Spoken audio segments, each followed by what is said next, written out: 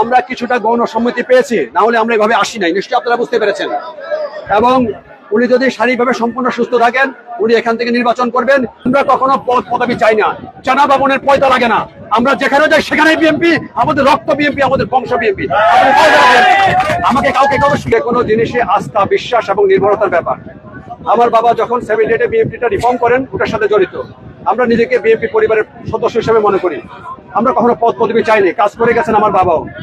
সাইদ আঙ্গেলের কথা বলছেন কেন, আমাদের বাসায় উনি 2091 থেকে আরম্ভ করে 2008 পর্যন্ত এবং তারপরেও ছিলেন। এবং দেশ নেত্রী নিজেও কিন্তু আমার বিয়েতে আসছেন 98-এ। আমি সেই সৌভাগ্যবান ব্যক্তি। এটা সম্পূর্ণভাবে আস্থা, বিশ্বাস, ভালোবাসার প্রতীক আমরা দেখতে পাচ্ছি। এবং আমার বাবা কিন্তু, ওনার বয়স হয়েছেন আপনি জানেন, প্রায় অলমোস্ট 80 বছর বয়স। উনি এলাকার সবার সাথে যোগাযোগ আছেন। দেশের যখন ক্রান্তি লগ্ন ছিল, আপনার সেই 2008 সাল থেকে আরম্ভ করে 2000 এই আগ পর্যন্ত আপনারা অনেকেই জানেন। আসলে সাহায্য করতে গেলে তো মনে করা যায় না কে কোথায় কবরস্থানে ছিল, কার হাত ভেঙেছে, কার কটা জেল, কে কোথায় হয়েছে। আমরা শুধু ফুলকাজি না, আপনি জানেন আমাদের প্রতিষ্ঠান আশুলিয়াতে আছে, আমাদের প্রতিষ্ঠান উত্তরাতে আছে। আমরা যেখানে যেভাবে পারেছি আমরা সর্বদিকে আমরা সহযোগিতা করেছি। এবং আমার বাবা এই বিএনপির এই কঠিন লগ্নে, আমাদের সামনের বিএনপির ভবিষ্যৎ, আমাদের পার্টির ভারপ্রাপ্ত চেয়ারম্যান, উনি বলেছেন আপনারা সজাগ থাকুন, সঠিক থাকুন, সঠিক পথে কাজ করুন। উনি এই কঠিন সময় বাসায় বসে থাকতে পারেননি। উনি বলেছেন তুমি আমার যোগ্য সন্তান, তুমি এলাকায় যাও, এলাকায় গিয়ে তুমি সবার সাথে কাজ করো এবং দেশ নেত্রীর জন্য এখান থেকে নির্বাচন করেন। সেজন্য তুমি সবার সাথে কাজ করে যেন সেই কাজকে আমরা আশাপূর্ণ করতে পারি, সেজন্য তুমি সহযোগিতা করো।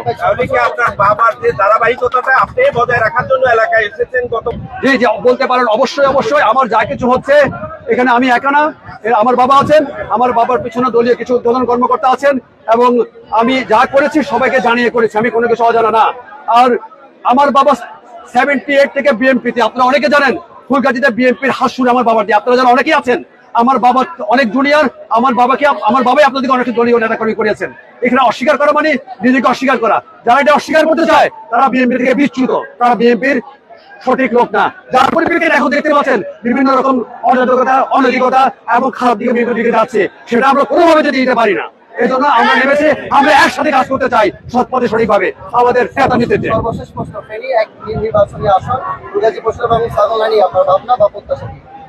আমার প্রত্যাশা হচ্ছে আমাদের দেশ নেত্রী বেগম খালেদা জিয়া, আমরা কিছুটা গণ সম্মতি পেয়েছি, না হলে আমরা এভাবে আসি নাই, নিশ্চয়ই আপনারা বুঝতে পেরেছেন।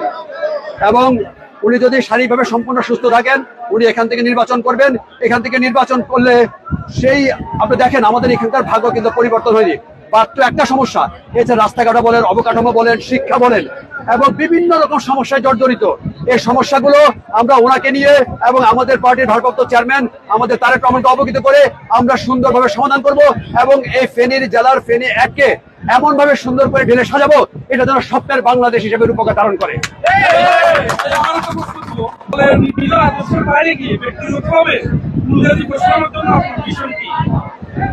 আপনি দলের বাইরে আমাকে বলতে পারেন না কোনোভাবেই। আমার বাবা এই বিএনপির প্রতিষ্ঠাতা থেকে আছেন। আমার বাবা 91 থেকে ম্যাডামের সাথে ইলেকশন করেছেন। কতটুকু আস্থা থাকলে 91 থেকে 4টা পর্ব ইলেকশন করতে পারেন।